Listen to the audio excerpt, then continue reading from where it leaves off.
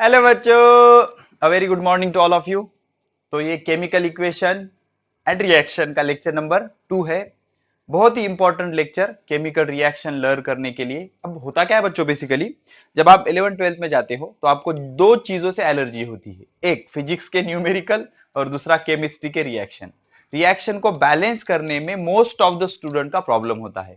वो प्रॉब्लम क्यों होता है? बिकॉज आपको ये केमिकल रिएक्शन का ये पोर्शन अच्छे से समझा नहीं होता। तो आज हम पढ़ेंगे कि केमिकल रिएक्शन क्यों जनरेट हुई, किस तरह से लिखते हैं, क्या रूल्स होते हैं, और सबसे इंपॉर्टेंट केमिकल रिएक्शन को किस तरह से बैलेंस किया जाता है। और बैलेंस रिएक्शन मतलब क्या, अनबैलेंस मतलब क्या, कौन से लॉ से इसको बैलेंस किया जाता है, केमिकल रिएक्शन में सिर्फ मास कांस्टेंट होता है या एलिमेंट भी कांस्टेंट होते हैं, ये सारी बेसिक चीजें हम इस लेक्चर में कवर करने वाले हैं। तो ये हमारा लेक्चर नंबर 2 है, इसलिए हम ट्रेडिशन मेंटेन करना शुरू करेंगे। हमारा जो ट्रेडिशन है बच्चों, हर लेक्चर हम कुछ क्वेश्चन से स्टार्ट करते हैं। तो लास्ट लेक्चर हमारा फर्स्ट लेक्चर था केमिस्ट्री का, तो उस पे बेस्ड कुछ बढ़िया से एमसीक्यू लेकर आए हैं। और आखिर में एनटीएससी का एक बढ़िया एमसीक्यू भी लेकर आया हूं मैं, 2011 के एग्जाम में आया था ये। तो ये कुछ एमसीक्यू है। जैसे कि हमारी प्रोसीजर है, पहले आपका टर्न, आप खुद पॉज करके इसे सॉल्व करो, बाद में मैं तो हूं ही बच्चों आपके लिए, नो प्रॉब्लम।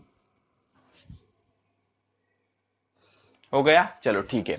हमने दो तरह के चेंजेस पढ़े थे बच्चों, physical and chemical change. Physical change जो होता है वो टेम्पररी होता है, रिवर्सिबल होता है, कंपोजिशन चेंज नहीं होता, सिर्फ फिजिकल स्टेट चेंज होती है। और केमिकल चेंज जो होता है उसमें कंपोजिशन चेंज होता है, परमानेंट होता है, हीट एक्सचेंज होती है, और ये रिवर्स किया नहीं जा सकता। ओके, तो उस पे बेस कुछ एमसीक्यू है बच्चों। क्या कहता है, विच of the following is not physical change. अब ये बहुत से बच्चे कंफ्यूज हो जाते हैं, इस नॉट को रीड ही नहीं करते और फिजिकल चेंज पढ़ के एमसीक्यू राउंड कर देते हैं और कॉन्फिडेंस से यस आ गया कहते हैं और उनके मार्क्स माइनस हो जाएंगे। तो नॉट फिजिकल चेंज बोल रहा, ये चार ऑप्शन में से कौन सा फिजिकल चेंज नहीं है?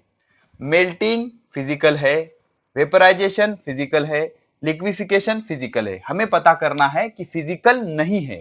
अब मेल्टिंग मतलब सॉलिड का लिक्विड होना, वेपराइजेशन मतलब लिक्विड का गैस होना, लिक्विफिकेशन मतलब गैस का लिक्विड होना। समझ रहे हो, गैस का लिक्विड होना, गैस को अगर आप कूल करोगे तो लिक्विड हो जाएगा। अब ये डीके क्या होता है आपके लिए नया है, डेफिनेटली आंसर तो यही है। अगर आपको पता भी नहीं होता व्हाट इज डीके, फिर भी आपका आंसर क्या होता है, डीके। तो DK is basically radioactive process बच्चों। इसमें क्या होता है कि जो हेवी एलिमेंट होते हैं उनका न्यूक्लियस फूट जाता है, ये देखेंगे हम आगे। न्यूक्लियस ब्रेक होता है और उनमें से तीन टाइप के रेडिएशन बाहर निकलते हैं, अल्फा बीटा गामा। तो इसे क्या कहते हैं, डीके। डीके मतलब ये कम हो रहा है ना बच्चों न्यूक्लियस। अब क्यों होती है वो अलग टॉपिक है। तो इसका जो न्यूक्लियस है वो ब्रेक होकर उसमें से कुछ रेडिएशन डीके हो रहे हैं, तो न्यूक्लियस कम कम होना, ये केमिकल रिएक्शन है बच्चों, ठीक है ना, या न्यूक्लियर रिएक्शन मोर प्रिसाइजली। तो डीके क्या है, हमारा फिजिकल चेंज नहीं है, बिकॉज वो इरिवर्सिबल है, रिवर्स नहीं किया जा सकता। ओके, तो वो उसका आंसर हो गया। तो इसका आंसर क्या है, fourth one. Which among the following is not chemical change. फिर से देखो बच्चों, नॉट वाली भानगढ़, ठीक है, नॉट केमिकल चेंज। तो melting of ice is not chemical change because it is physical ना। अब ये कार्बन साइकिल होती है कुछ complicated cycle, dehydration water remove हो जाना, और फर्मेंटेशन। फर्मेंटेशन पता है ना बच्चों। तो ये सारे चीजें कौन सी है, केमिकल प्रोसेस है। कौन सी प्रोसेस है, केमिकल। तो फिजिकल कौन सी है, मेल्टिंग ऑफ आइस। हमें पूछा है नॉट केमिकल, तो ये नॉट केमिकल क्योंकि वो फिजिकल है। Physical changes are, physical changes कैसे होते हैं, टेम्पररी या परमानेंट? ऑफ कोर्स टेम्पररी होते हैं फिजिकल चेंज, तो ये इसका आंसर हो गया। Physical changes are temporary, permanent नहीं होते, इरिवर्सिबल नहीं होते, एंडोथर्मिक नहीं होते। Okay, an example of chemical change. अब नीचे से कौन सा एग्जाम्पल है केमिकल चेंज का, देख लो। Glowing of bulb is a physical change. उसके बाद dissolution of salt in water is physical change. अब formation of cloud is also physical change. तो बचा क्या, dropping of sodium in water, यहां पर एक रिएक्शन हो जाएगी बच्चों। तो ये कौन सा चेंज है, केमिकल चेंज, केमिकल रिएक्शन हो जाएगी। Sodium plus H2O that gives NaOH, इस टाइप की कुछ रिएक्शन हो जाएगी। तो ये कौन सा चेंज है, केमिकल चेंज है। ये एमसीक्यू आपको दिख रहा है बच्चों, बढ़िया, कोई प्रॉब्लम नहीं। Which of the following is physical change. तो solubility in water is physical change, simply first ही आंसर है इसका। अब कंबशन केमिकल चेंज है, carbon dioxide, water, soot particle, इस तरह का कुछ इसका ये होगा। एरियल ऑक्सीडेशन, ऑक्सीडेशन तो केमिकल प्रोसेस है ना बच्चों, addition of oxygen is called as oxidation. Reaction with water, अब इसमें नाम में है कि वाटर के साथ रिएक्शन, वाटर के साथ रिएक्शन हो जाएगी तो वो क्या हो जाएगा, केमिकल चेंज। तो आंसर क्या है इसका, सॉल्युबिलिटी इन वाटर। अब यहां आ जाते हैं, chemical changes are, physical changes are temporary and reversible, but chemical changes are permanent and irreversible. Chemical changes जो होते हैं परमानेंट और रिवर्सिबल। नेवर एक्सचेंज हीट, ये नहीं हो सकता, ऑलवेज एक्सचेंज लाइट। अब एक चीज याद रखो, while solving MCQ, MCQ attempt करते वक्त एक तरफ से आप आंसर मत गोल किया करो, चारों एमसीक्यू, चारों ऑप्शन रीड करने के बाद ही एमसीक्यू का आंसर डिसाइड करना है। कभी कभी A and B, all of this, इस टाइप का ऑप्शन से आपको कंफ्यूज किया जा सकता है, तो चारों ऑप्शन पढ़ने के बाद ही आंसर आप टिक करते जाओ, ठीक है। अभी एनटीएससी का क्वेश्चन खुद से सॉल्व करो, आ जाएगा आपको। 2011 एनटीएससी जो कॉम्पिटिटिव एग्जाम होती है ना, it is created as a foundation for NEET exam और प्री एग्जाम और एक्सरसाइज फॉर नीट एग्जाम। तो which of the following is chemical change, नीचे दिया गया हुआ कौन सा केमिकल चेंज। अब melting of ice is a physical change बच्चों। बर्निंग ऑफ मैग्नीशियम 100%, ये क्या है आपका केमिकल चेंज, हमने देखी थी ना last time activity, magnesium is burn with oxygen to give magnesium oxide, इस टाइप का कुछ देखा था। Dissolution of sugar in water is physical change. Blowing of wine, ये भी क्या है बच्चों, फिजिकल चेंज, ठीक है। आई होप आपको एमसीक्यू समझ आएंगे। आपके कितने बने थे बच्चों एमसीक्यू एक भी नहीं बना था सर, क्या करें, बहुत तकलीफ है सर, कुछ भी नहीं आ रहा आ जाएगा बच्चों, डोंट वरी। हाँ, प्रैक्टिस करते जाओ, प्रैक्टिस से सारी चीजें पॉसिबल हो सकती है।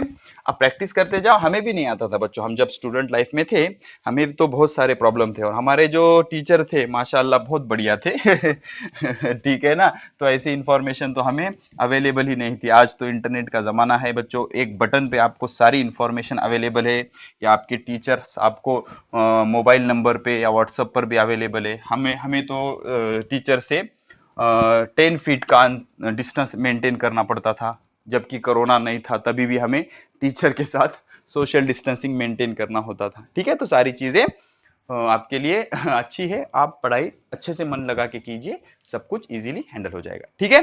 तो अब शुरू करते हैं हम केमिकल इक्वेशन। चलो कॉपी और पेन निकल जानी चाहिए, अब ये चीजें बार बार बताने की जरूरत नहीं। चलो लिखो केमिकल चेंज, कुछ सिंपल नोट्स देता जाऊंगा बच्चों, या केमिकल रिएक्शन, सॉरी, या केमिकल इक्वेशन, केमिकल इक्वेशन।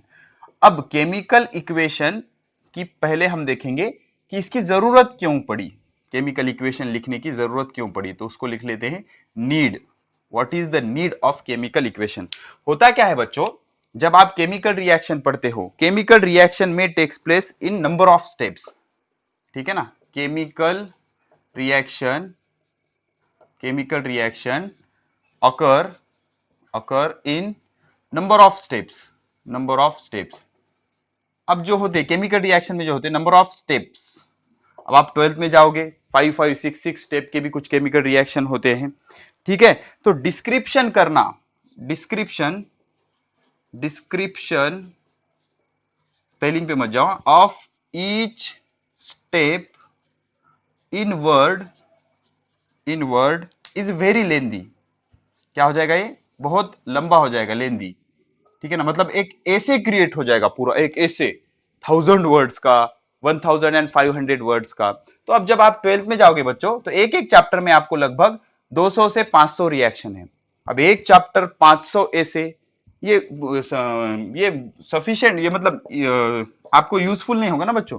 एक चैप्टर में 500 ऐसे आपको पढ़ना, इसके हम इजीली स्टडी कर सकते हैं क्या, नहीं। मतलब होता क्या है, chemical reaction number of steps में होते हैं, description of each step in word is very lengthy, बहुत बड़ा हो जाएगा वो।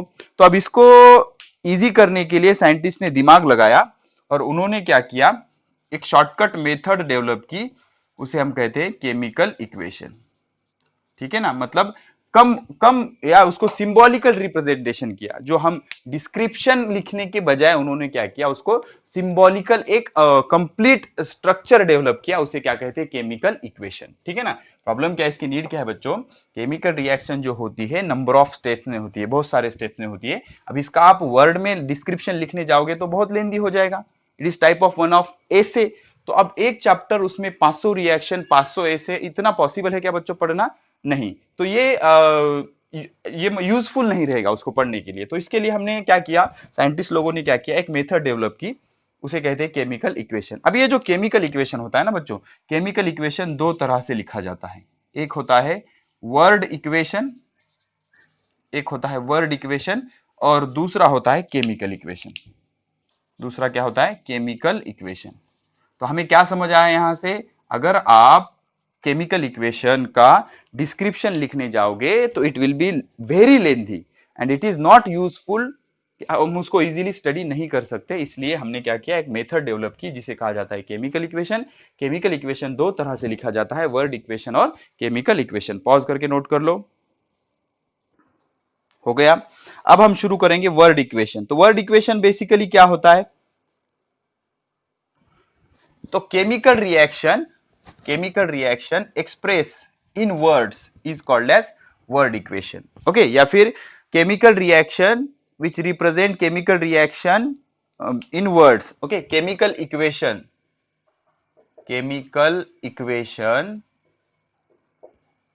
which describe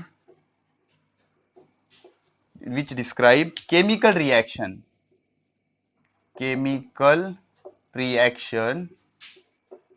in words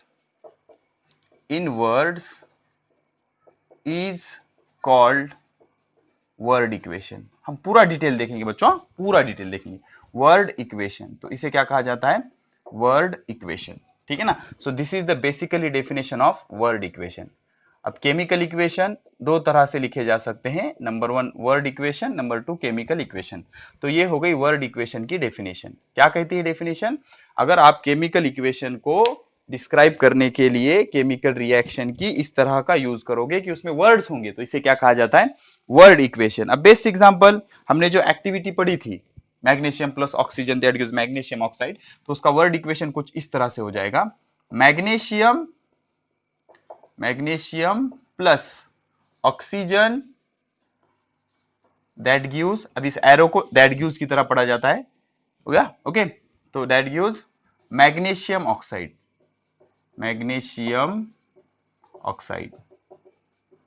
okay, magnesium oxide. ये क्या हो गया बच्चों, वर्ड इक्वेशन, केमिकल रिएक्शन का वर्ड इक्वेशन। अब रूल्स क्या क्या होते हैं, रूल्स काय के रूल्स बच्चों, rules to write word equation. Word equation लिखने के क्या क्या रूल्स होते हैं या प्रोसीजर क्या है, किस प्रोसीजर से आप वर्ड इक्वेशन लिखोगे, ओके। तो जो रिएक्टेंट होते हैं ना बच्चों, रिएक्टेंट क्या होते हैं, the substance which takes part in a chemical reaction, हमने डेफिनेशन देखी है। द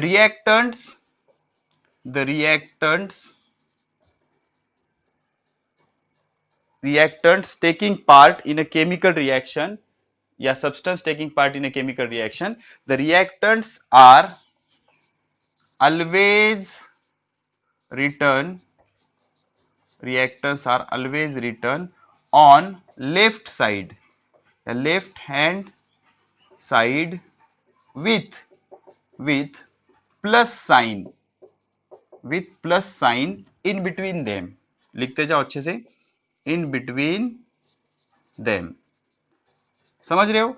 जो रिएक्टेंट्स है वो कहां लिखे जाते हैं, लेफ्ट हैंड साइड पे, और एक से ज्यादा अगर रिएक्टेंट है तो उनके बीच में कौन सा साइन लिखा जाता है, प्लस साइन, जैसे हमने यहां लिखा है magnesium plus oxygen that gives magnesium oxide, ठीक है।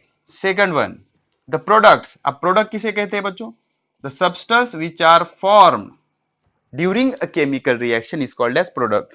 Products are always written on right hand side with plus sign in between them। अगर एक से ज्यादा होंगे मतलब सपोज दो प्रोडक्ट बन जाते हैं यहां पर, तो उसके बीच में भी क्या आ जाता, प्लस आ जाता, क्या आ जाता, प्लस आ जाता।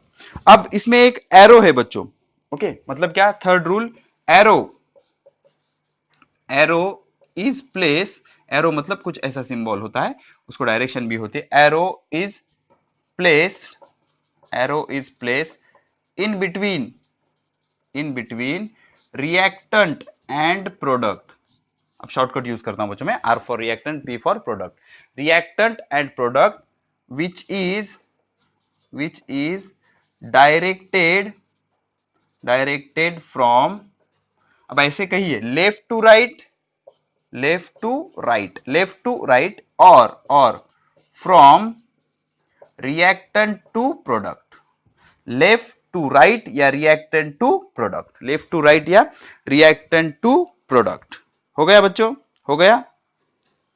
अब ये एरो को कैसे रीड किया जाता है? Arrow is read as to form, to form, okay. मतलब when magnesium react with oxygen to form, इसको कैसे रीड किया जाता है? टू फॉर्म, या रफ लैंग्वेज में हम दैट यूज भी कह सकते हैं। ये आपको देगा, ये आपको यील्ड करेगा, प्रोड्यूस करेगा, ठीक है। तो एरो को किस तरह से रीड करते हैं? हैशटैग एरो को हैशटैग मतलब आप दूसरा मीनिंग निकाल लोगे। एरो को किस तरह से रीड करेंगे हम? To form, to form. तो ये मेथड होती है बच्चों क्या लिखने की? Word equation. क्या है बच्चों? सिंपल है, लेफ्ट साइड में रिएक्टेंट होते हैं, राइट साइड में प्रोडक्ट होते हैं। एक से ज्यादा रिएक्टेंट हो, रिएक्टेंट प्रोडक्ट दोनों ही वर्ड में लिखे जाते हैं, और एक से ज्यादा अगर रिएक्टेंट हो तो दोनों के बीच में प्लस आ जाएगा। एक से ज्यादा प्रोडक्ट हो तो दोनों के बीच में प्लस आ जाएगा। रिएक्टेंट और प्रोडक्ट के बीच में क्या होता है? Arrow. Arrow is point from left to right, मतलब रिएक्टेंट टू प्रोडक्ट, ओके। तो इस तरह का जो इक्वेशन लिखा जाता है इसे कहते हैं हम वर्ड इक्वेशन। अब एक मैं वर्ड इक्वेशन लिखूंगा, उसके बाद हम बढ़ेंगे केमिकल इक्वेशन की तरफ, ओके। कौन से इक्वेशन की तरफ? केमिकल इक्वेशन की तरफ। तो वर्ड इक्वेशन कुछ इस तरह से है। अगर आपने रिएक्शन की सोडियम और वाटर की, हमने देखा ना उसमें केमिकल चेन था, when sodium is added in water, तो sodium, when sodium is added in water, इसका हमें वर्ड इक्वेशन लिखना है। तो क्या हो जाएगा बच्चों?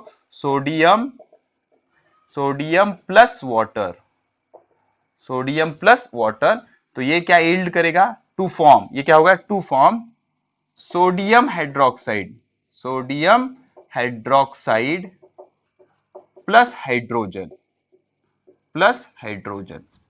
क्या हो गया? ये सोडियम प्लस वाटर, दो रिएक्टेंट है, दोनों के बीच में प्लस है। ये एरो की direction from reactant to product. पहला प्रोडक्ट क्या था? Sodium hydroxide, plus by product क्या था? हाइड्रोजन। अब इस इक्वेशन को अगर हम शॉर्ट फॉर्म में लिखेंगे, मतलब उसके फॉर्मूले लिखेंगे, मतलब सोडियम के जगह हम लिखेंगे Na, इसका सिंबल, ये प्लस का प्लस, वाटर के जगह इसका सिंबल H2O, दैट यूज का दैट यूज, क्या बनाया इसने? Sodium hydroxide NaOH। Sodium hydroxide का फॉर्मूला क्या होता है? NaOH plus hydrogen H2। तो इस इक्वेशन को कहेंगे केमिकल इक्वेशन। क्या कहेंगे? Chemical equation. बट ये जो केमिकल इक्वेशन है ये अनबैलेंस्ड फॉर्म में है, इस तरह के फॉर्म में है, अनबैलेंस्ड, या इसे कहते हैं स्केलेटल फॉर्म। कौन सा form? Skeletal form, unbalanced form, या इसे कहते हैं स्केलेटल फॉर्म। अब ये अनबैलेंस क्या होता है सर?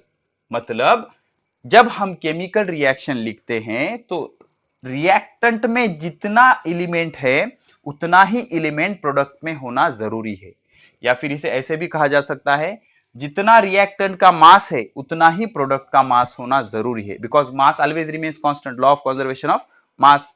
तो अगर वो बैलेंस नहीं है तो उसको किया जाता है। अब किस तरह किया जाता है उसकी एक पूरी प्रोसीजर है, उसी के लिए हमने ये लेक्चर डिजाइन किया है, ठीक है। तो ये हो गया इसका केमिकल इक्वेशन। लेकिन ये बैलेंस है क्या? नहीं। क्यों बैलेंस नहीं? देखो इधर हाइड्रोजन कितने हैं? 2 और 1 3, और इधर कितने हाइड्रोजन? सिर्फ 2 हाइड्रोजन है। इधर हाइड्रोजन कितने हैं? 3। तो ये इम्बैलेंस्ड है। तो ओके, तो इसे क्या कहा जाता है? अनबैलेंस केमिकल इक्वेशन या स्केलेटल फॉर्म ऑफ इक्वेशन। अब ये बैलेंसिंग के लिए एक लॉ पढ़ लेते हैं बच्चों हम, वो लॉ है डाल्टन्स लॉ। डाल्टन्स लॉ क्या कहता है? The amount of each element is always conserved in a chemical reaction, okay. अब यहां पर कंजर्व था क्या? नहीं। देखो बच्चों डाल्टन्स लॉ है, नोट करके लिखो या स्टार करके लिखो, डाल्टन्स लॉ। डाल्टन्स लॉ ये आपके सिलेबस में नहीं है लेकिन आपको पता होना चाहिए, ठीक है ना। डाल्टन्स लॉ, डाल्टन्स लॉ क्या कहता है? The amount of element, the amount of element, the amount of element should be, amount of कहिए या नंबर ऑफ कहिए, doesn't matter, number of element या amount of element should be constant, constant in chemical reaction. मतलब chemical reaction में amount of elements constant होना जरूरी है। किस तरह से? यहां पर कितने हाइड्रोजन है? 2, यहां पर कितने हैं? 3। तो ये कांस्टेंट है क्या? नहीं। तो इसको बैलेंस करेंगे हम, तो इसकी पूरी प्रोसीजर है, पूरी प्रोसीजर है। अब इस तरह से जो करते हैं हम, इधर हाइड्रोजन 3 है, इधर हाइड्रोजन 2 है, तो मैं क्या करूंगा, इधर इसको 6 करूंगा, इधर इसको 6 करूंगा, बैलेंस हो जाएगा। कैसे, देख लो अभी। हम मैं क्या करता हूं, ये सोडियम प्लस H2O को क्या लिखता हूं, H डैश OH, ये क्या यील्ड करेगा, H2O को H डैश OH। ये सिंप्लीफाइड मेथड है बच्चों, मेरी पर्सनल मेथड। तो ये Na और ये OH क्या बन जाएगा, NaOH प्लस, अब ये NaOH होगा, बचा क्या H2। H ऐसे लिमिट मतलब बाहर नहीं जा सकता ना, हाइड्रोजन इज डायटोमिक, तो H ऐसे एस्केप नहीं हो सकता, H2 चाहिए, तो H2 बन गया ना बच्चों। तो 2 हाइड्रोजन चाहिए, 2 और 1 कितने हो गए, 3, तो टोटल 3 हो गए। तो 3 को हम क्या करेंगे, 6 करेंगे, तो सॉरी, तो ये 6 ये हो गए। तो अब हम क्या करेंगे, इसको 2 से मल्टीप्लाई करेंगे, 2 से मल्टीप्लाई करेंगे तो क्या हो जाएगा, 2 और 2 4 हो जाएगा। देखो बच्चों, जब भी आप बैलेंसिंग कर रहे हो तो ये 2 मेथड से की जाती है। जो पहली मेथड होती है उसे कहते हैं trial and error method, trial and error method. इसकी प्रोसीजर नहीं होती और इसमें मिस्टेक होने के चांसेस बहुत ज्यादा होते हैं।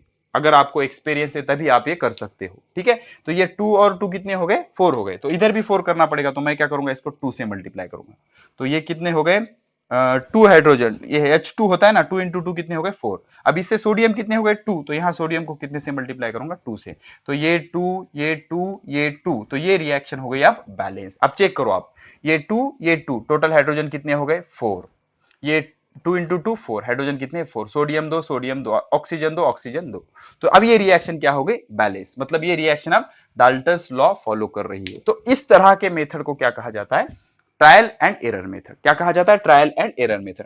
But trial and error method अगर इक्वेशन लंबा है, बहुत कॉम्प्लिकेटेड है, तो ये यूजफुल नहीं होती। उसके लिए हमें प्रोसीजर फॉलो करनी है, उसमें कुछ स्टेप्स होते हैं, वो स्टेप्स हम पढ़ेंगे, ठीक है। तो ये डाल्टन्स लॉ है। अब ये डाल्टन्स लॉ को इस तरह भी कह सकते हो आप, और in a chemical reaction mass always remains constant, mass always remains constant. मतलब मास ऑफ रिएक्टेंट या total mass of reactant is equal to total mass of product. ये चीज फॉलो होनी चाहिए, ठीक है। तो ये क्या होता है, डाल्टन्स लॉ, ठीक है। पॉज करके नोट कर लो इसे। अब हम बढ़ते हैं हमारे चैप्टर के मेन थीम की तरफ। हमने वर्ड इक्वेशन पढ़ लिया बच्चों। वर्ड इक्वेशन क्या होता है, सिंबॉलिकल फॉर्म, जो उसमें फॉर्मूला जो होते हैं वो वर्ड से डिनोट किए जाते हैं।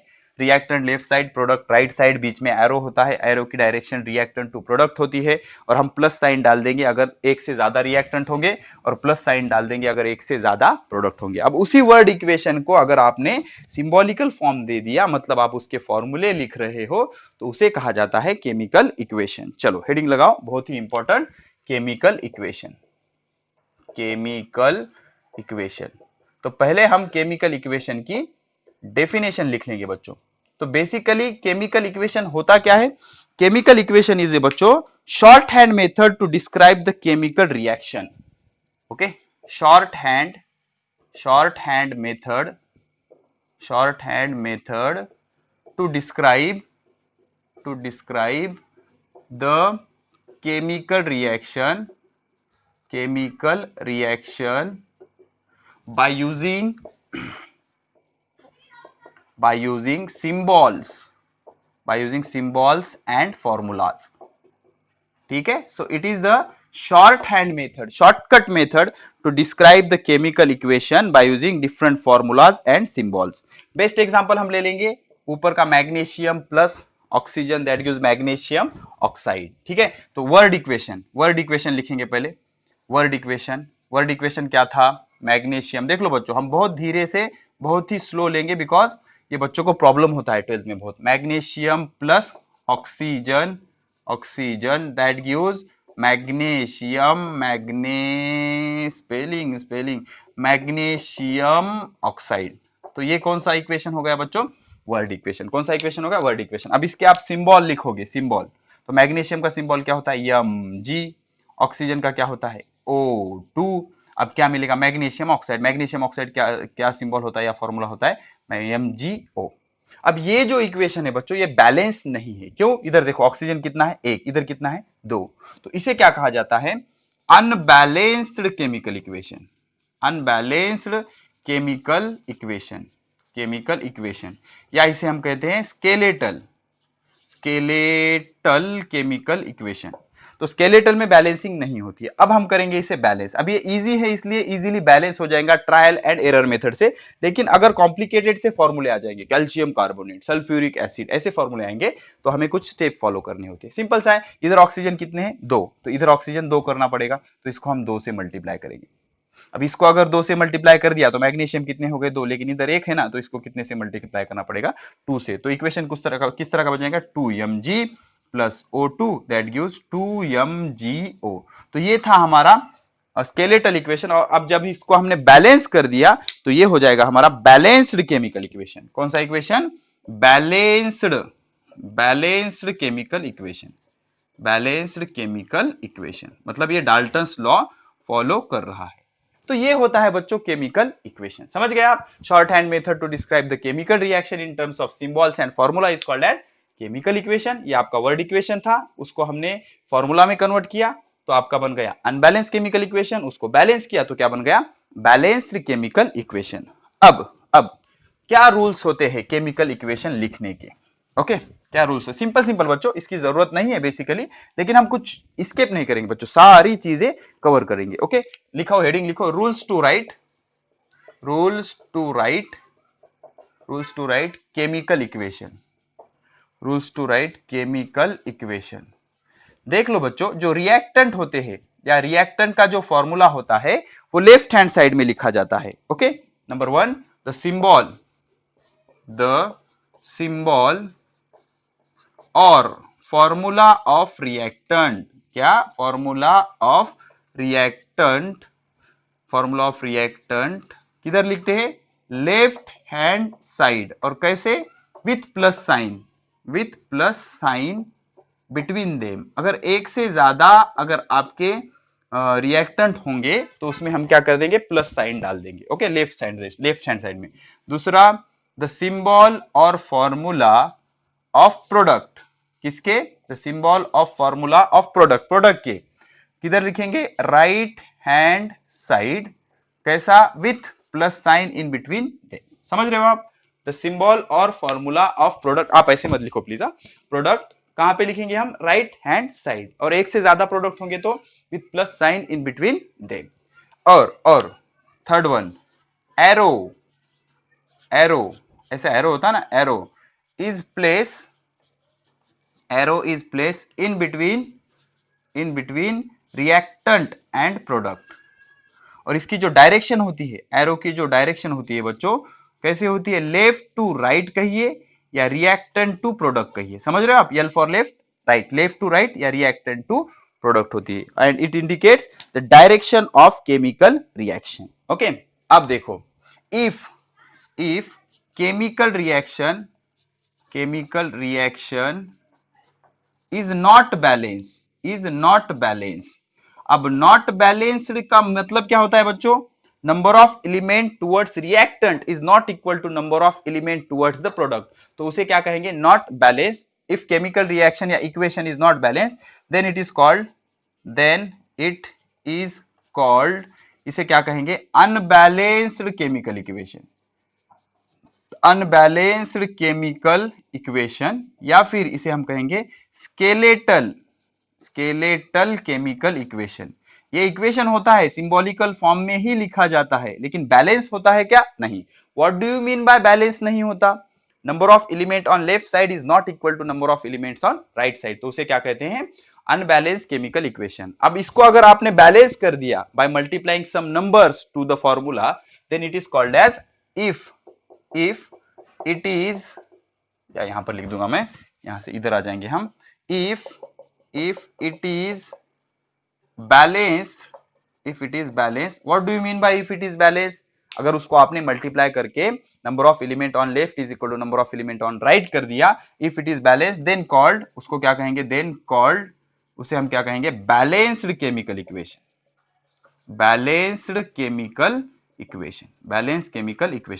समझ रहे हो आप? तो ये रूल्स होते हैं केमिकल इक्वेशन लिखने के। क्या होते हैं? रिएक्टेंट लेफ्ट साइड में उसका सिंबल होगा अगर एक से ज्यादा रिएक्टेंट होंगे तो दोनों में प्लस लिखना होगा।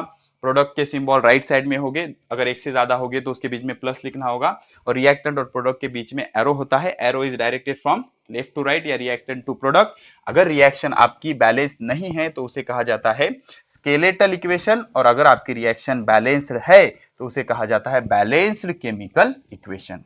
अब होता क्या है बच्चों, आपको वर्ड इक्वेशन दिया जाता है और आपसे कहा जाता है कि उसका बैलेंस्ड केमिकल इक्वेशन प्रोड्यूस करो। ठीक है, तो अब एक चीज यहां पर हम क्लियर कर लेंगे। अब बैलेंस करने के लिए दो मेथड होते हैं बच्चों। बैलेंस करने के लिए कितने मेथड होते हैं? दो मेथड होते हैं। ठीक है ना, उससे पहले हम कुछ चीजें प्रैक्टिस कर लेंगे। लिखो, क्वेश्चन लिखो, right the chemical equation of following. लिखो, क्वेश्चन लिखो, राइट द, एक बार कैमरा चेक कर लेता हूं बच्चों, राइट द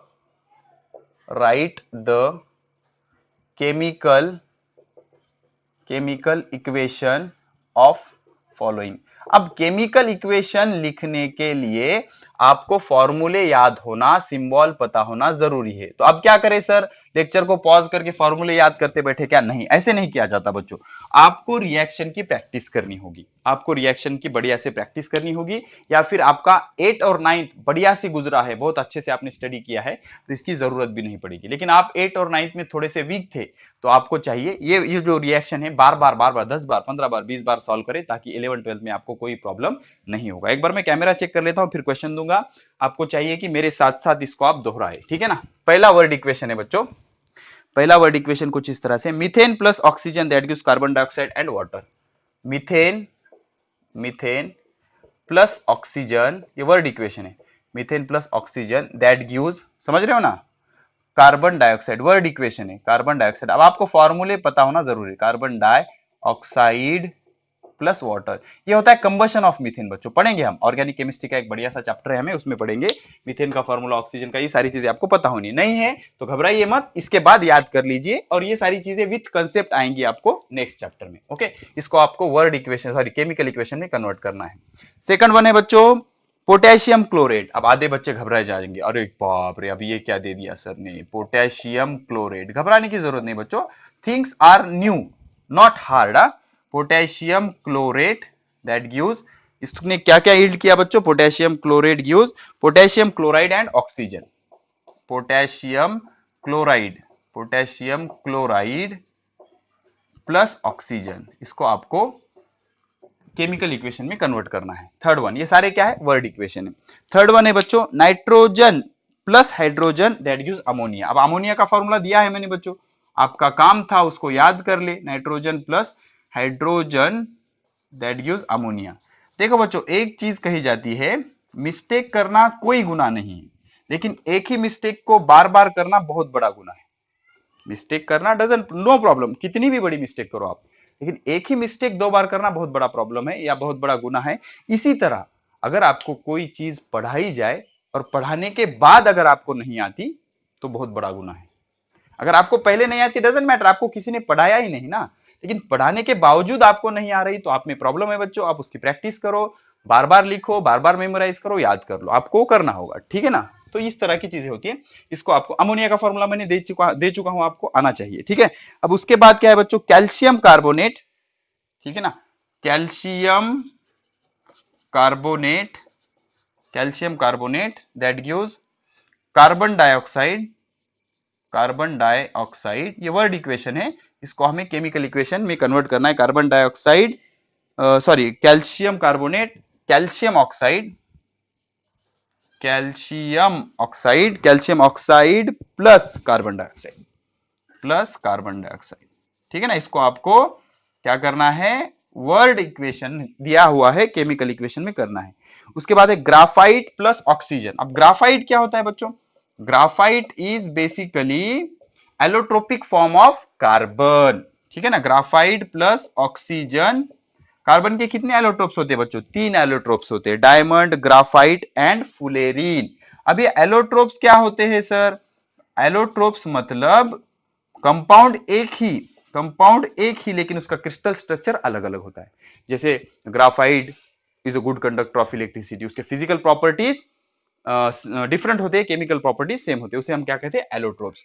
तो graphite plus oxygen that gives carbon dioxide. Okay, graphite means basically carbon ही होता है वो। ओके, तो लास्ट वन बच्चों, क्विक लाइम प्लस वाटर। क्या क्विक लाइम विजिबल है क्या बच्चों, एक बार देख लू। क्विक लाइम प्लस वाटर दिख रहा है, no problem. Quick lime, quick lime plus water, quick lime plus water that gives, ये क्या जनरेट करेगा, quick lime plus water that gives calcium hydroxide, calcium hydroxide, hydroxide. Quick lime का formula भी आपको पता होना जरूरी, 9th स्टैंडर्ड में। तो पॉज करके सभी बच्चे इसको बढ़िया से ट्राई करेंगे, खुद से ट्राई करेंगे। ओके, उसके बाद मैं बताऊंगा। हो गया बच्चों, चलो इसको सॉल्व करते हैं। देखो बच्चों, मीथेन का जो फॉर्मूला होता है वो होता है CH4। It is first member of alkane family. इसमें ऑक्सीजन डालेंगे तो ऑक्सीजन कभी भी O नहीं होता बच्चों, O नहीं होता, ऑक्सीजन हमेशा O2 होता है, डायटोमिक मॉलिक्यूल है वो। और इससे क्या बना बच्चों, कार्बन डाइऑक्साइड। तो कार्बन डाइऑक्साइड का फॉर्मूला होता है CO2 प्लस वाटर का होता है H2O। अब मुझे बताओ ये इक्वेशन बैलेंस है क्या, तो कैसे चेक करें सर। देखो इधर हाइड्रोजन कितने हैं, 2, और इधर कितने हैं, 4, फिनिश। तो ये बैलेंस नहीं है बच्चों, दिस इज नॉट बैलेंस। अब आपको करना पड़ेगा बैलेंस। तो हम पहले ट्रायल एंड एरर मेथड करते हैं। तो इधर हाइड्रोजन कितने हैं, 4, तो इधर भी 4 करने पड़ेंगे। तो इसको 2 से मल्टीप्लाई कर दिया, हो गया। अब 2 से मल्टीप्लाई कर दिया। ऑक्सीजन कितने हैं, 2, ऑक्सीजन कितने हैं, 2। अब ऑक्सीजन कितने, 2, लेकिन इधर कितने, 4 बच्चों। इसको 2 से मल्टीप्लाई करना, ये 2 प्लस ये 2, टोटल कितने हुए, 4। तो यहाँ कितने से मल्टीप्लाई करना पड़ेगा, 2 से। तो अब oxygen 4, oxygen 4, carbon 1, carbon 1, hydrogen 4, hydrogen 4। तो ये बैलेंस केमिकल इक्वेशन बन गया। तो ऐसे मेथड को कहते हैं ट्रायल एंड एरर मेथड। ठीक है। अब पोटेशियम क्लोरेट, इसका फॉर्मूला पता होना जरूरी है, KClO3 ऐसा फॉर्मूला होता है बच्चों। पोटेशियम क्लोरेट का फॉर्मूला क्या होता है, KClO3। अब इससे क्या मिला बच्चों हमें, पोटेशियम क्लोराइड, मतलब क्या मिला, KCl plus oxygen, oxygen O नहीं होता, O2 होता है। अब देख लो बच्चों, इधर ऑक्सीजन है 3, इधर ऑक्सीजन है 2। तो हम क्या करेंगे, इसको इवन कर लेंगे, इवन। 3 का इवन क्या हो जाएगा, 6 बाय मल्टीप्लाइंग 2। अब इस मेथड को ट्रायल एंड एरर मेथड कहते हैं बच्चों। ओके, तो ये हो गए 6, 2 इंटू 3 6। अब इसको 2 से मल्टीप्लाई करने की वजह से पोटेशियम 2 हो गए, पोटेशियम 2 हो गए, तो इसको भी 2 से मल्टीप्लाई करो, 2 पोटेशियम हो गए। अब ऑक्सीजन कितने हैं, 3 इंटू 2 6, तो यहां पर कितने से मल्टीप्लाई करेंगे, 3 से। अब क्लोरीन चेक कर लो, 2 क्लोरीन, इसको 2 से मल्टीप्लाई किया, 2 क्लोरीन। अब ये इक्वेशन कैसा है, बैलेंस है। कैसा है, बैलेंस है। समझ रहे हो आप। तो इसे क्या कहते हैं, केमिकल इक्वेशन। और ये ऊपर के क्या है, वर्ड इक्वेशन। अब नाइट्रोजन, नाइट्रोजन को बेसिकली डाई नाइट्रोजन कहा जाता है बच्चों, बहुत बार। नाइट्रोजन N नहीं होता, N2 होता है, di atomic molecule. Hydrogen H2 होता है, इससे क्या यील्ड होगा, NH3। अमोनिया का फॉर्मूला ऑलरेडी हम देख चुके हैं फर्स्ट लेक्चर में, NH3 अमोनिया। अब नाइट्रोजन कितने हैं, 2, इधर कितने हैं, 1। बैलेंस है क्या, नहीं, अनबैलेंस या स्केलेटल इक्वेशन है। अब इसको मैं क्या करता हूं, 2 से मल्टीप्लाई करता हूं, नाइट्रोजन 2 हो गए। लेकिन प्रॉब्लम क्या हुआ बच्चों, हाइड्रोजन कितने हो गए, 3 इंटू 2 6, यहां पर कितने हैं, 2, तो कितने से मल्टीप्लाई करोगे, 3 से। तो अब ये हो गया बैलेंस केमिकल इक्वेशन। ठीक है। अब यहां आ जाएंगे, कैल्शियम कार्बोनेट। कैल्शियम कार्बोनेट क्या होता है, CaCO3, पता है बच्चों फॉर्मूला, कैल्शियम कार्बोनेट। इससे क्या मिल रहा है बच्चों, calcium oxide CaO plus carbon dioxide CO2। तो ये ऑलरेडी बैलेंस होगा, देख लो, कैल्शियम 1, कैल्शियम 1, ऑक्सीजन 3, 2 और 1 3, कार्बन 1, कार्बन 1। तो इसको कोई डिस्टर्बेंस करने की जरूरत नहीं, ये ऑलरेडी क्या है, बैलेंस है। किस तरह है, बैलेंस है। ठीक है। अब ये मैं ऊपर लिख देता हूं बच्चों। ओके, आई होप आपने ये सारी चीजें की होगी। खुद से ट्राई करना जरूरी है, आएगा नहीं आएगा दैट डजंट मैटर, लेकिन ट्राई करना तो आपको पड़ेगा। ठीक है। अब यहां आ जाएंगे, ग्राफाइट। ग्राफाइट कार्बन का एलोट्रोप है, तो थोड़ा सा देख लेंगे। कार्बन के 3 एलोट्रोप होते हैं, diamond, diamond, graphite, graphite and fullerene, and fullerene. ये जो डायमंड होता है बच्चों, ज्वेलरी में यूज होता है, बहुत प्रेशियस होता है, ज्वेलरी। ओके, और ग्राफाइट जो होता है ये लुब्रिकेंट में यूज होता है, लुब्रिकेंट वगैरह में यूज होता है। और फुलेरीन जो होता है बच्चों, सुपर कंडक्टर बनाते हैं इसका, सुपर कंडक्टर। या फिर इसका मेडिसिन भी होता है, क्या जो हम ये होता है ना, कौन सा डिसीज यार, वो सबसे बड़ा डिसीज यूरासिंग को होता है क्या यार, कैंसर। कैंसर में भी इसका यूज होता है। ठीक है ना। तो इस तरह के इसके एलोट्रोप होते हैं। बेसिकली होते कार्बन ही है तीनों, लेकिन उसके अरेंजमेंट अलग अलग होती है। तो 3 इसके ये एलोट्रोप्स है बच्चों कार्बन के। तो क्या कहा है, graphite. Graphite means basically carbon, इसमें डाला हमने ऑक्सीजन, इसने क्या यील्ड किया, कार्बन डाइऑक्साइड, मतलब CO2। तो 2 2 1 1 ऑलरेडी क्या है, बैलेंस्ड है। अब आएंगे हम क्विक लाइम पे। क्विक लाइम क्या होता है बच्चों, 6 नंबर, ये 5th नंबर था, 6 नंबर। क्विक लाइम होता है कैल्शियम ऑक्साइड प्लस इसमें डाला हमने water H2O that gives calcium hydroxide CaOH taken twice। Calcium hydroxide का ये फॉर्मूला होता है, फॉर्मूले पता होना जरूरी है आपको। तो इसको हम अच्छे से समझने के लिए इस H2O को मैं ऐसे लिखता हूं H-OH, ठीक है ना, मतलब इजी जाएगा आपको। तो ये O और ये H, एक OH और ये दूसरा OH, दो OH है ना, तो कैल्शियम के साथ दो OH CaOH taken twice. Calcium जो होता है ना बच्चों Ca++ होता है और OH माइनस होता है, OH माइनस होता है, तो +2 के लिए माइनस माइनस कैंसिल होना चाहिए। ओके, अब और एक एक चीज याद रखो, नोट लिख लो, नोट ये भी जरूरी है, total charge in chemical reaction remains constant, ये भी होता है, total charge in chemical reaction remains constant. अभी तक हमने क्या क्या कांस्टेंट पढ़ा कि total element remains constant, total mass remains constant, total charge in chemical reaction remains constant. ठीक है, चलो पॉज करके नोट कर लो, जल्दी से केमिकल इक्वेशन स्टार्ट कर देंगे हम, उसके स्टेप होते हैं बेसिकली कुछ, वो देख लेंगे। तो ये चीजें आपको समझ रही है बच्चों? ठीक है, ठीक है, तो चलो हेडिंग लगाओ, बैलेंसिंग द केमिकल इक्वेशन। क्या हेडिंग होनी चाहिए आपकी?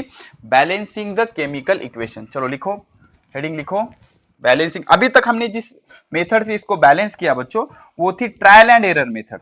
कौन सी मेथड थी वो? Trial and error method. लेकिन इसकी डिटेल्ड एक्सप्लेनेशन होता है। लिखो, हेडिंग लिखो, बैलेंस केमिकल इक्वेशन या बैलेंसिंग द केमिकल इक्वेशन या balanced chemical equation, chemical equation. अब बैलेंस केमिकल इक्वेशन किसे कहा जाता है? तो ऐसा केमिकल इक्वेशन जिसमें number of element towards left hand side and number of element towards right hand side are same, such reaction is called as balance chemical reaction. The chemical reaction, लिख लो, the chemical reaction in which number of reactant element and number of product element are same, it is called balanced chemical equation। अब कहोगे sir अगर ना हो तो आपको करने पड़ेगी बच्चों। अभी तक करने के लिए हमने जो मेथड यूज की वो ट्रायल एंड एरर मेथड थी, अब हम प्रोसीजर सीखेंगे। तो एक चीज याद रखो, इन केमिकल रिएक्शन देख लो बच्चों, मास ऑफ या टोटल मास, यहां पे लिख दूंगा मैं, number one in a chemical reaction या in a balance chemical reaction, ऐसे कहेंगे हम, in a balanced chemical reaction total mass of reactant is equal to total mass of product. समझ रहे हो? Total mass of reactant is equal to total mass of product, total number of element of reactant is equal to total number of element of product होना जरूरी है। और number 3, total charge of reactant is equal to total charge of product, ये होना जरूरी है। अगर ना हो तो आपको करने पड़ेंगे, अलग अलग मेथड है उसके, अलग अलग मेथड से आपको ये तीनों चीजें मेंटेन करनी पड़ेगी। तो इस प्रोसेस को करने को क्या कहते हैं? Balancing the chemical equation. ठीक है ना? तो अब इसकी प्रोसीजर पढ़ेंगे बच्चों हम, किस तरह से केमिकल इक्वेशन को बैलेंस किया जाता है। तो इसके कुछ स्टेप्स होते हैं बच्चों, ओके, इसके कुछ स्टेप्स होते हैं। तो पहले हम एक डेफिनेशन क्लियर कर लेंगे, स्टोचियोमेट्रिक कोएफिशिएंट। कौन सा? स्टोचियोमेट्रिक कोएफिशिएंट। अब ये कोई रॉकेट साइंस नहीं होता, कोएफिशिएंट, ठीक है ना? 12th में जब स्टोचियोमेट्रिक कोएफिशिएंट मैंने सुना था तो मैंने सोच लिया था यार चुभी साइंस ले लिया, ठीक है ना? तो कोई रॉकेट साइंस नहीं होता बच्चों, सिंपल सी रिएक्शन देखेंगे हम, magnesium plus oxygen that gives magnesium oxide. अभी रिएक्शन बैलेंस है क्या बच्चों? नहीं, अनबैलेंस है, इधर ऑक्सीजन 2 है, इधर ऑक्सीजन 1 है। तो हमें क्या करना होगा, इसे 2 से मल्टीप्लाई करना पड़ेगा। अब इसको अगर आपने 2 से मल्टीप्लाई कर दिया तो ऑक्सीजन तो बैलेंस हो गया, लेकिन मैग्नीशियम डिस्टर्ब हो गया। अब मैग्नीशियम कितने हो गए 2, तो इसको हम क्या करेंगे 2 से मल्टीप्लाई करेंगे। तो ये जो 2 है ना बच्चों, कांस्टेंट नंबर जिससे हम मल्टीप्लाई कर रहे हैं, ये जो 2 है, तो ये क्या है स्टोचियोमेट्रिक कोएफिशिएंट। क्या है स्टोचियोमेट्रिक कोएफिशिएंट। कोएफिशिएंट मतलब उसके साथ जो होता है ना उसे क्या कहते हैं कोएफिशिएंट। ओके, आपका इक्वेशन होता है ना 3x + 2y = 0, तो ये 3 क्या होता है कोएफिशिएंट। तो वैसे ही ये 2 और ये 2 क्या हो गया बच्चों स्टोचियोमेट्रिक कोएफिशिएंट। तो स्टोचियोमेट्रिक क्या होता है, in a balance chemical equation the integer preceding, okay, in a balanced, in a balance, अब ये बैलेंस है ना बच्चों, in a balanced chemical equation the integer present prefix मतलब पहले बच्चों, सफिक्स मतलब बाद में, prefix to the chemical formula is called stoichiometric coefficient. अब आप कहोगे सर अगर कोएफिशिएंट है ही नहीं, ऐसा हो ही नहीं सकता, जैसे कि suppose carbon plus oxygen that gives CO2। अब यहां किधर है सर कोएफिशिएंट, है ना बच्चों, यहां कुछ नहीं है मतलब कितना है 1 है, यहाँ कुछ नहीं है मतलब कितना है 1 है, यहां पर भी कितना है 1 है, तो ये सारे स्टोचियोमेट्रिक कोएफिशिएंट हो गए कितने 1। तो मिनिमम स्टोचियोमेट्रिक कोएफिशिएंट कितना होता है 1। तो बैलेंस केमिकल इक्वेशन में फॉर्मूला के साथ जो इंटीजर होता है उसे हम क्या कहते हैं स्टोचियोमेट्रिक कोएफिशिएंट। आई होप ये सारी चीजें आप नोट कर रहे हो। तो हमें क्या करना है बैलेंस करना है, मतलब प्रॉपर स्टोचियोमेट्रिक कोएफिशिएंट सेलेक्ट करना है, किसके लिए, to balance number of element, number of mass and number of charge. अब बैलेंस करने के कुछ स्टेप होते हैं बच्चों, पहले हम वो स्टेप लिख लेंगे। पहली स्टेप है step to balance the chemical equation, लिखो step to balance chemical equation, step to balance the chemical equation. Chemical equation balance करने के क्या क्या स्टेप है, ठीक है। तो स्टेप नंबर 1 पहला देख लो बच्चों अच्छे से। स्टेप नंबर 1 आपको क्या कुछ डिस्क्रिप्शन दिया जाएगा, उस डिस्क्रिप्शन से क्या करना है आपको, right the word equation of chemical reaction, right the word equation of chemical reaction. आपको कुछ केमिकल रिएक्शन दी जाएगी, उसका आपको वर्ड इक्वेशन लिखना है, केमिकल रिएक्शन का वर्ड इक्वेशन लिखना है। अब you know very well how to write word equation. Step two क्या करना है आपको, convert the word equation to chemical equation. Word equation जो है बच्चों, वर्ड इक्वेशन को आपको सिंबल और फॉर्मूला यूज करने के बाद उसको क्या करना है केमिकल इक्वेशन में कन्वर्ट करना है। अभी एक बहुत स्पेशल स्टेप दूंगा आपको मैं। फॉर्मूला जो है, formula of each reactant and product should be close.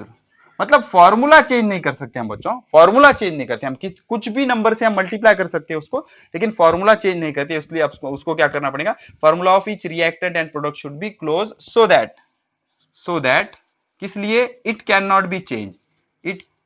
B change, उसे हम चेंज नहीं कर सकते। मतलब जो बेसिक फॉर्मूला है वो हम चेंज नहीं कर सकते, रिएक्टेंट का या प्रोडक्ट का, दोनों का। अब जो स्टेप 4 है, list the reactant and product.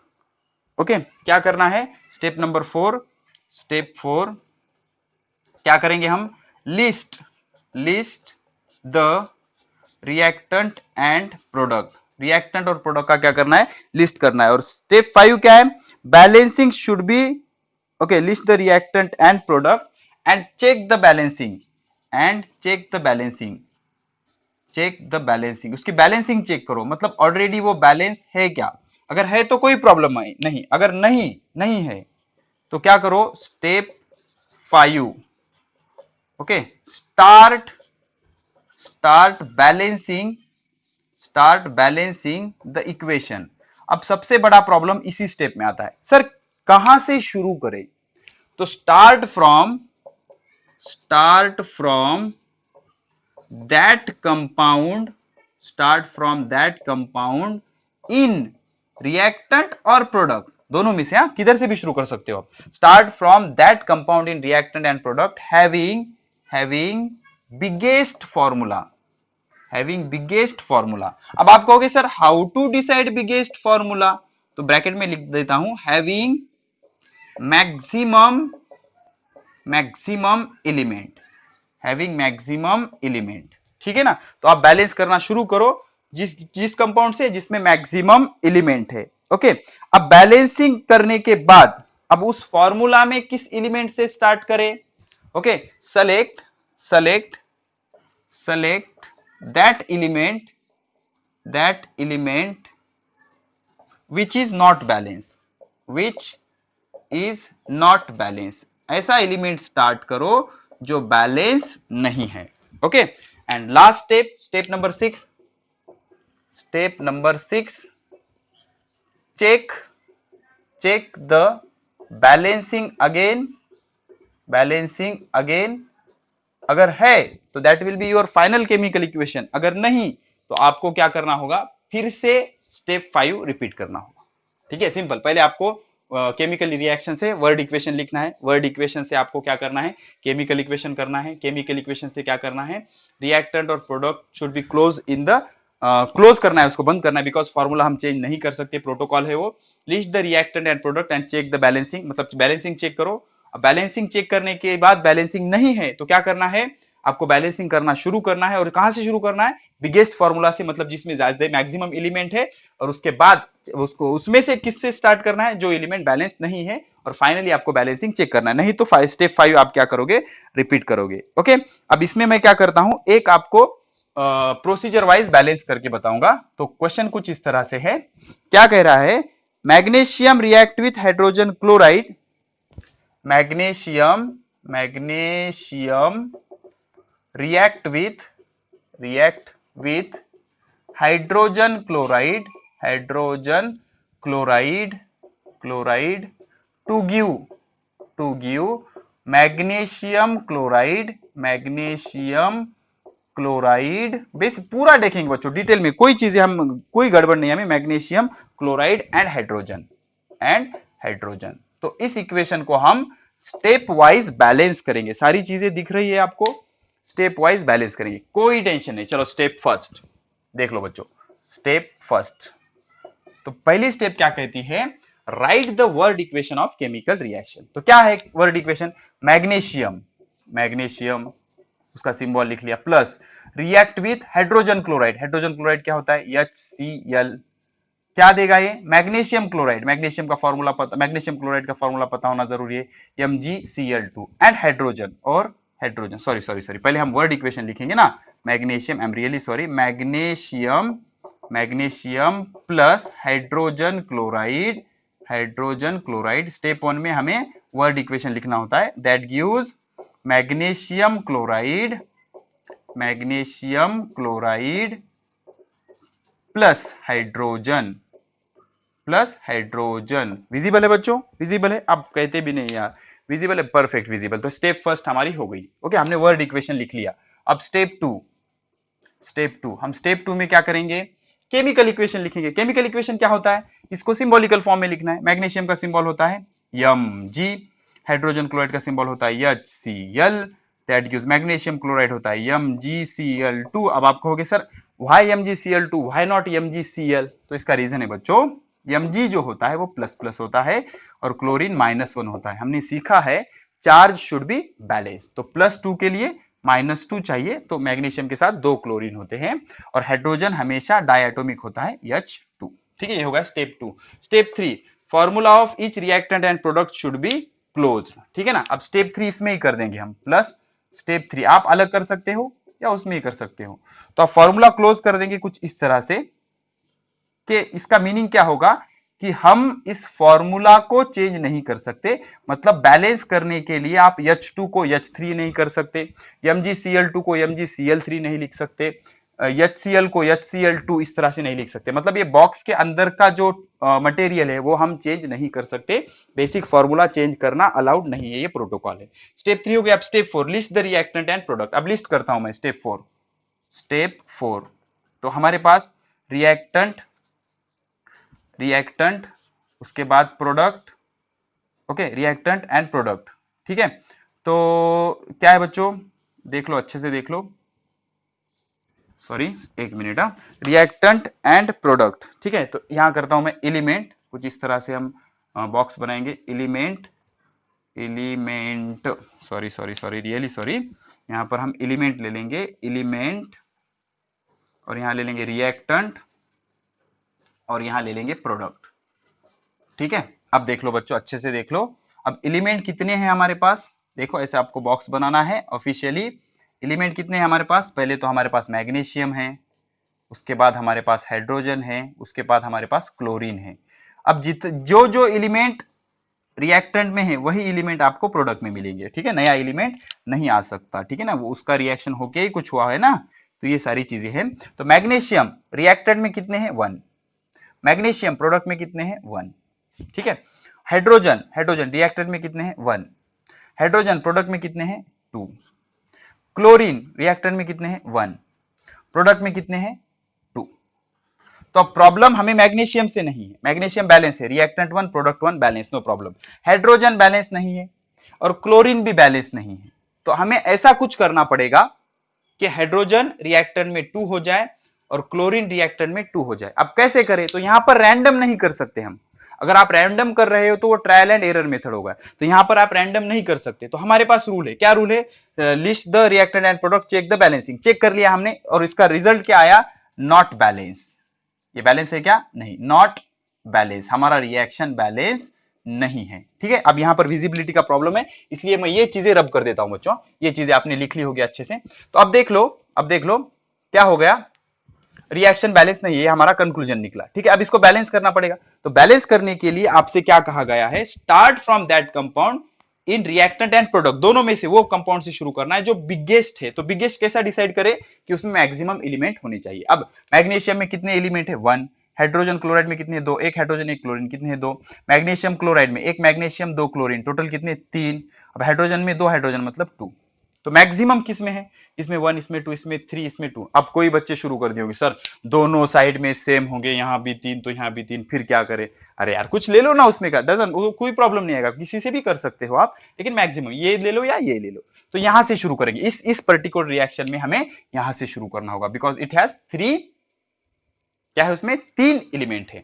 अब इसके कौन से एलिमेंट से शुरू करें, इसमें 2 एलिमेंट है, मैग्नीशियम और क्लोरीन। तो मैग्नीशियम कैसा है, 1 1 बैलेंस है, तो मैग्नीशियम से शुरू करोगे क्या, नहीं, तो बचा कौन, क्लोरीन। तो क्लोरीन देख लो, क्लोरीन 2 है। अब क्लोरीन यहां पर कितने हैं, 2, प्रोडक्ट में कितने हैं, 2, लेकिन रिएक्टेंट में कितने हैं, 1। तो आप क्या करोगे, आप रिएक्टेंट में क्लोरीन को 2 करोगे, तो कैसे करोगे, मल्टीप्लाई इट बाय 2। तो क्लोरीन को 2 से मल्टीप्लाई करना पड़ेगा, तो क्लोरीन कहां पर है, यहां पर है, ओके। तो अब इसमें सब स्टेप आ जाएंगे, ओके। वी विल बैलेंस, हमने सेलेक्ट क्या किया, सेलेक्ट क्लोरीन, कैसे सेलेक्ट किया, इस मेथड से, ओके। अब आप कहोगे सर मैग्नीशियम और क्लोरीन दोनों अनबैलेंस होते तो किसी एक को सेलेक्ट करो, कोई फर्क नहीं पड़ेगा, okay. Select chlorine, chlorine select किया, मल्टीप्लाई, मल्टीप्लाई, या फिर हम सिंपल लिखेंगे 2 multiplied by HCl in reactant. हमने रिएक्टेंट में क्या किया, 2 से मल्टीप्लाई किया HCl को, तो क्या हो गया हमारा Mg बॉक्स में है, प्लस 2 से मल्टीप्लाई किया, बॉक्स में क्या है हमारा HCl। अब ये क्या है हमारा स्टोचियोमेट्रिक कोएफिशिएंट 2, ओके। HCl का फॉर्मूला नहीं चेंज कर सकते, इधर क्या आ गया MgCl2, ये भी हमारा बॉक्स में है, प्लस H2, ये भी हमारा बॉक्स में। अब फिर से बैलेंसिंग चेक करो, मैग्नीशियम कितना है, 1 1, नो प्रॉब्लम। अब क्लोरीन कितना है, 2, इधर कितना है, 2, तो क्लोरीन कितना हो गया यहां पर, अब 2 हो गया, कितना हो गया, 2। अब हमने HCl को 2 से मल्टीप्लाई किया ना, तो यहां पर एक्सीडेंटली या पर्पसफुली क्या हो गया, क्लोरीन को 2 से मल्टीप्लाई किया। अब सिर्फ क्लोरीन को 2 से मल्टीप्लाई किया जा सकता है क्या, नहीं, इसीलिए हमने क्या कर दिया, बॉक्स कर दिया। अब कोई मैथमेटिशियन ऐसा दिमाग लगा रहे होंगे, सर मैं ऐसा कर दूंगा, इसको 2 से मल्टीप्लाई कर दूंगा, इसीलिए मैंने एक रूल बढ़ा दिया कि आप फॉर्मूला में कोई डिस्टर्बेंस नहीं कर सकते, ये बॉक्स है, इसके अंदर नहीं जाने का, इसके बाहर से क्या खेलना है खेलो आप, ठीक है ना। तो इसको 2 से मल्टीप्लाई करने से हाइड्रोजन भी 2 से मल्टीप्लाई हो गया ऑटोमेटिक, और ये भी कितना हो गया, 2। तो अब चेक कर लो, तो ये रिएक्शन कैसी है, बैलेंस है। So this is our balance chemical equation. तो इस तरह से हर तरह की रिएक्शन हम क्या कर सकते हैं, बैलेंस कर सकते हैं, ओके, चलो पॉज करके नोट कर लो। हो गया, हो गया। चलो तो हमारा लेक्चर हो रहा है बहुत ही लेंदी, यहां पर इस लेक्चर को करते हैं हम समाप्त। जल्दी ही अगले लेक्चर में मिलेंगे और अगले लेक्चर में हम बहुत सारे रिएक्शन को बैलेंस करेंगे। आपका काम यह है कि आप ये स्टेप्स अच्छे से याद करके आए। अगले रिएक्शन की, अगले लेक्चर की शुरुआत ही हम करेंगे एक 8 से 10 हम स्टेप वाइज सॉल्व करेंगे, फिर मैं आपको इसकी शॉर्टकट मेथड भी बताऊंगा। ठीक है, तो पढ़ाई करते रहे। All the very best.